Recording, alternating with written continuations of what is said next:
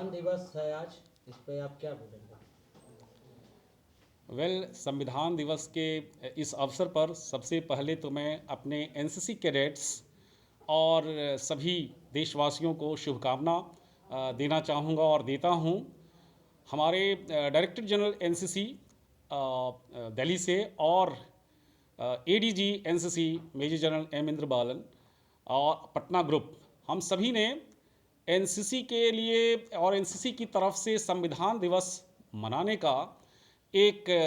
पूरे एक महीने का प्रोग्राम बनाया है, जिसमें 17 नवंबर से 13 दिसंबर तक ये संविधान दिवस मनाया जा रहा है। इसके तहत उद्देश्य है न सिर्फ अपने आप को संविधान की महत्ता, इसके महत्व से अपने आप को जानकारी देना, बल्कि हमारे जो इन्वायरमेंट में, समाज में, जो हमारे परिवेश में अन्य लोग हैं, उनको भी संविधान की महत्ता के बारे में बताना कि कैसे ये संविधान हम सभी को एक जोड़ करके रखता है, कैसे ये स्वतंत्रता, न्याय और अन्य तरह की चीज़ें जो हमारे लिए इसकी प्रस्तावना में ही निहित है, जो बोलते हैं कि प्रस्तावना को संविधान की आत्मा बताया जा रहा है। तो ये संविधान दिवस आज है, तो लोगों से मैं अपील करूंगा, आग्रह करूंगा कि सभी लोग, सभी नागरिक संविधान का पालन करें और संविधान की मूल भावना जो है उसके तहत अपने चरित्र, अपने कार्यक्रम को कार्यान्वित करें। हमारा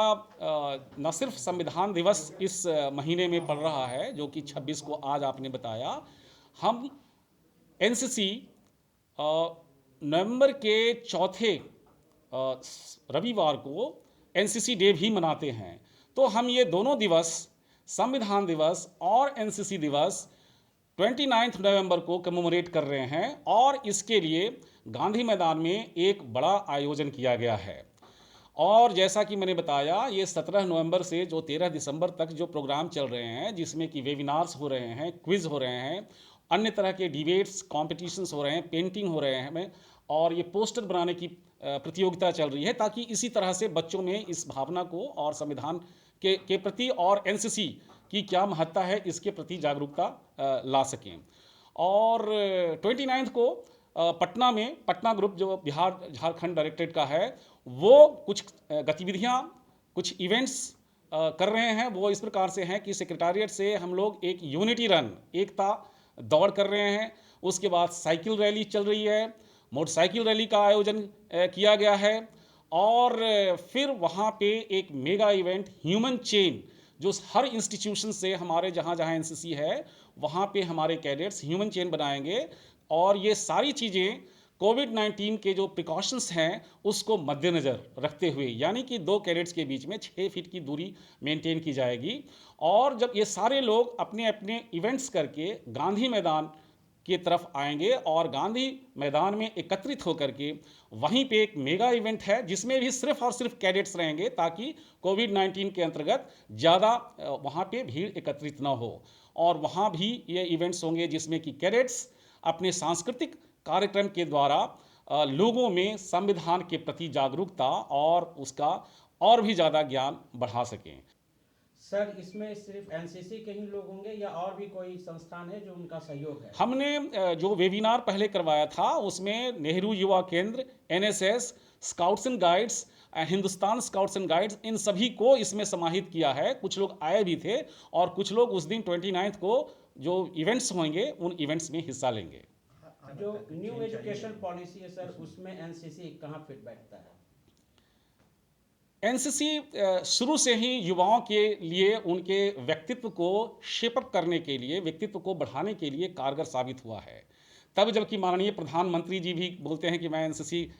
से एसोसिएट रह चुका हूं, हमारे रक्षा मंत्री श्री राजनाथ जी बोल रहे थे कि मैं एनसीसी कैडेट रह चुका हूं, और यहाँ पे भी बिहार सरकार में बहुत सारे लोग अपने गर्व महसूस करते हैं कि वो एनसीसी में रह चुके हैं। हमारे बहुत सारे ऑफिसर्स भी एनसीसी में रह चुके हैं। मैं खुद यही पटना ग्रुप का एनसीसी कैडेट रह चुका हूं। तो मैं कैडेट्स को यही बताता हूं कि आज एनसीसी में न सिर्फ आज, बल्कि बहुत पहले से ये क्षमता है, ये गुण है, ये विशेषता है कि वो एक आम स्टूडेंट को जब वो कैडेट होता है तो उसको शेपअप करके, उसके व्यक्तित्व का विकास करके एक सफल नागरिक बना सकता है। और तो एनसीसी जिसका उद्देश्य है टू